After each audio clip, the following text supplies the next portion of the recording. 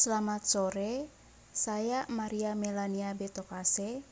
Di sini saya akan mempresentasikan proposal saya dengan judul Penerapan Model Pembelajaran Student Team Achievement Division berbasis learning terhadap aktivitas dan hasil belajar siswa SMA Selua 1 Saraswati Denpasar. Pembahasan yang pertama mengenai latar belakang, di mana pada latar belakang ini saya hanya mencantumkan beberapa kata kuncinya saja. Mohon agar teman-teman dapat memperhatikan bagian tersebut. Pendidikan mempunyai peranan yang sangat penting untuk menjamin perkembangan dan kelangsungan kehidupan bangsa. Jadi semakin berkembangnya zaman, maka terjadi perubahan cara berpikir.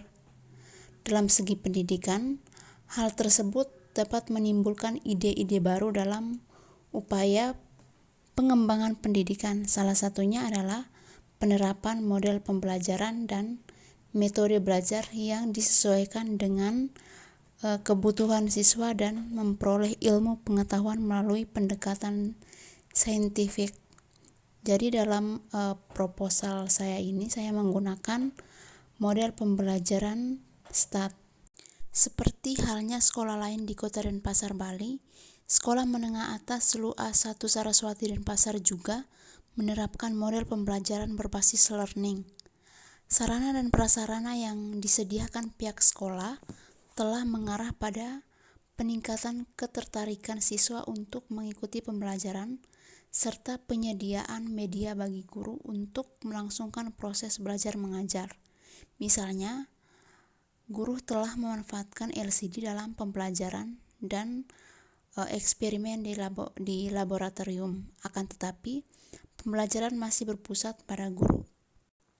Berdasarkan hasil pengamatan terhadap siswa kelas 11 MIA 1, maka dapat dirangkum permasalahan yang terdapat pada SMA Selua 1 Saraswati adalah sebagai berikut. Yang pertama, metode ceramah dapat membuat pembelajaran yang pasif bagi siswa karena pembelajaran masih berpusat pada guru. Kemudian yang kedua, proses pembelajaran yang tidak memanfaatkan media yang ada atau LCD dapat mengakibatkan kelas menjadi monoton. Kemudian kondisi siswa juga yang kurang aktif dalam mengikuti pembelajaran. Hal ini dapat ditunjukkan dengan siswa yang tidak aktif bertanya. Nah, selanjutnya prestasi belajar kelas 11 MIA 1 masih relatif rendah dibandingkan dengan kelas 11 MIA yang lain. Dari berbagai masalah di atas, maka perlu adanya perbaikan kualitas proses pembelajaran maupun hasil belajar siswa. Sebagai tindak lanjut guna mengatasi permasalahan yang terjadi, maka perlu dilakukan penelitian tindakan yang berorientasi pada perbaikan kualitas pembelajaran melalui sebuah penelitian tindakan kelas atau biasa disebut dengan PTK, yang menurut Zainal yang merupakan cara strategis bagi guru untuk memperbaiki layanan kependidikan yang harus diselenggarakan dalam konteks pembelajaran di kelas dan peningkatan kualitas program sekolah secara keseluruhan. Jadi melalui PTK, guru dapat meningkatkan kinerjanya terus-menerus dengan cara melakukan refleksi diri, yakni upaya menganalisis untuk menemukan kelemahan dalam proses pembelajaran yang dilakukannya, kemudian merancangkan untuk proses perbaikan secara mengimplementasikannya ke dalam proses pembelajaran sesuai dengan program pembelajaran yang telah disusunnya, dan diakhiri dengan melakukan refleksi. Salah satu upaya yang dilakukan oleh guru dalam rangka memperbaiki praktik pembelajaran adalah dengan penerapan model pembelajaran berbasis komputer. Salah satunya adalah learning.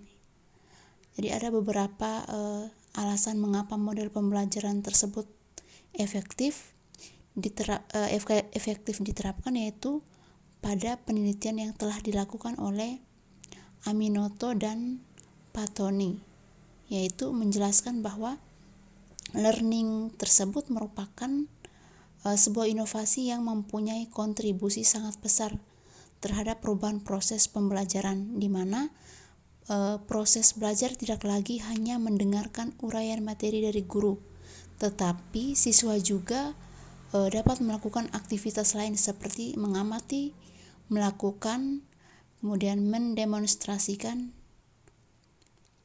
dan lain-lain. Dan jadi materi bahan ajar dapat divisualisasikan dalam berbagai format dan bentuk yang lebih dinamis dan interaktif, sehingga murid akan termotivasi untuk terlibat lebih jauh dalam proses pembelajaran tersebut. Pembahasan selanjutnya adalah rumusan masalah. Rumusan masalahnya adalah sebagai berikut. Apakah dengan menerapkan model pembelajaran STAT berbasis learning dapat meningkatkan aktivitas dan hasil belajar siswa? Kemudian, adapun tujuan penelitiannya berdasarkan rumusan masalah yang telah diuraikan. Maka, tujuan penelitiannya adalah untuk mengetahui aktivitas dan hasil belajar siswa dengan menerapkan model pembelajaran STAT berbasis learning.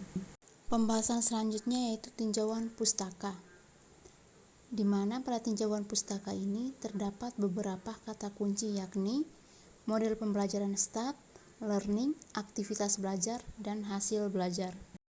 Yang pertama, mengenai model pembelajaran STAT. Menurut Slavin, pada tahun 1995, pembelajaran kooperatif STAT merupakan kumpulan suatu prosedur instruksional di mana siswa bekerja dalam suatu kelompok yang mempunyai kemampuan belajar yang beragam untuk mencapai tujuan yang sama. Slavin menjelaskan bahwa STAT telah digunakan secara luas. Model pembelajaran kooperatif STAT tidak jauh berbeda dengan metode dan tujuan pembelajaran kooperatif pada umumnya, di mana merupakan model pembelajaran yang menitik beratkan pada aktivitas belajar siswa dalam belajar, karena siswa belajar dengan teman sekelompoknya. Keadaan ini menimbulkan rasa tanggung jawab terhadap pencapaian hasil belajar baik secara individu maupun kelompok.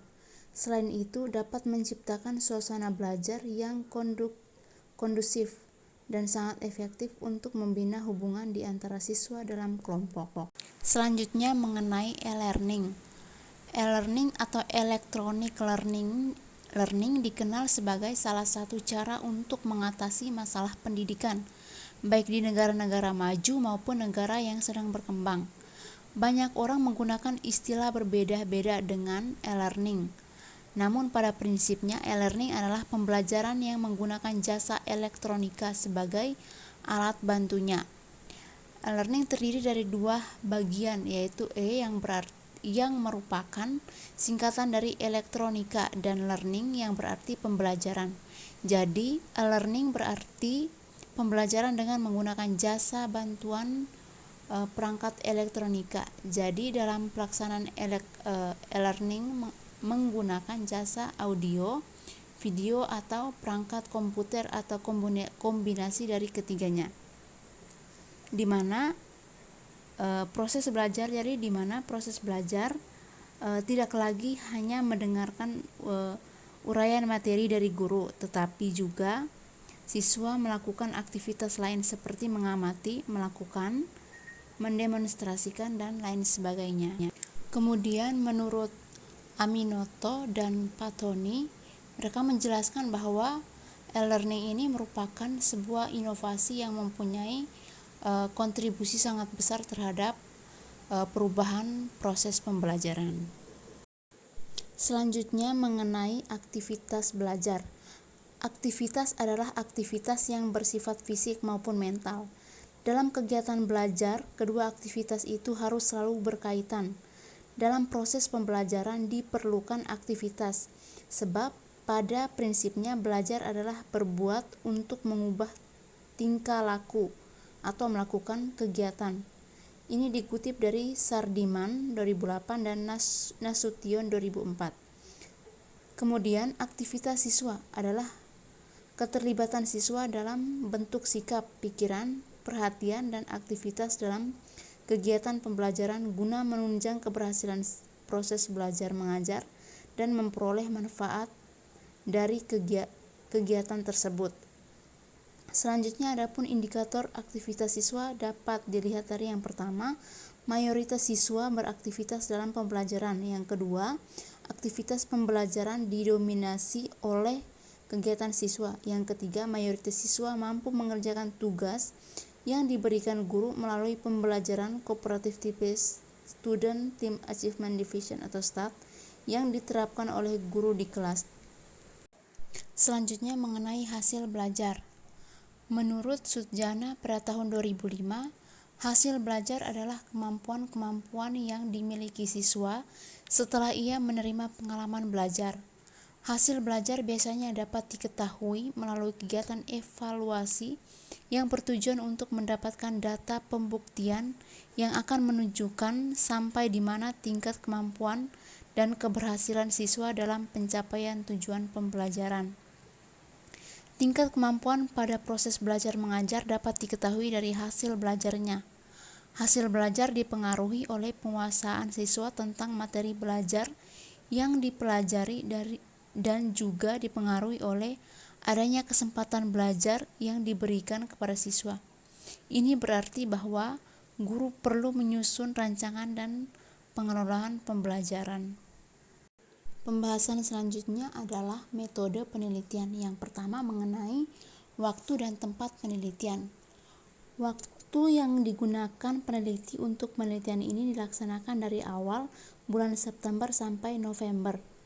Tempat penelitian pelaksanaan ini adalah di SMA Selua 1 Saraswati Denpasar.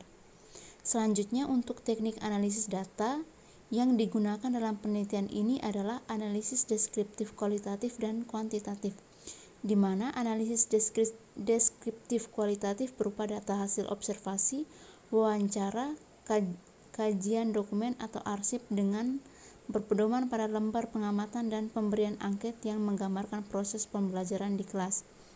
Sedangkan kuantitatif yang dimaksud adalah berupa data penilaian hasil belajar siswa yang meliputi aspek pengetahuan, sikap, sosial, maupun keterampilan. Selanjutnya, teknik pengumpulan data. Teknik pengumpulan data merupakan bagian yang sangat urgen dari penelitian itu sendiri. Prosedur pengumpulan data yang digunakan dalam penelitian ini adalah kuesioner atau angket, observasi, wawancara, dan dokumentasi. Pembahasan yang terakhir mengenai daftar pustaka. Mungkin teman-teman bisa memperhatikan, jadi ini merupakan beberapa sumber yang saya gunakan dalam pembuatan proposal. Sekian presentasi dari saya. Mohon maaf jika ada kesalahan kata. Sekian dan terima kasih.